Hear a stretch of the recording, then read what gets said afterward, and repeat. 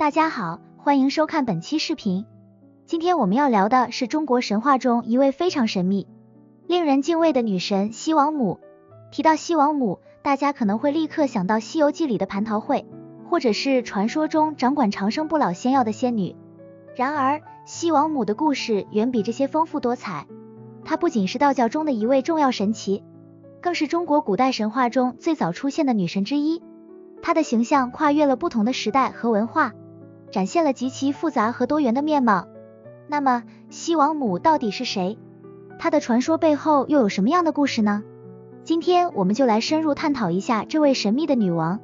首先，西王母最早的形象出现在中国的古代神话和文献中，她的名字第一次出现在《山海经》这部充满奇幻色彩的古籍中。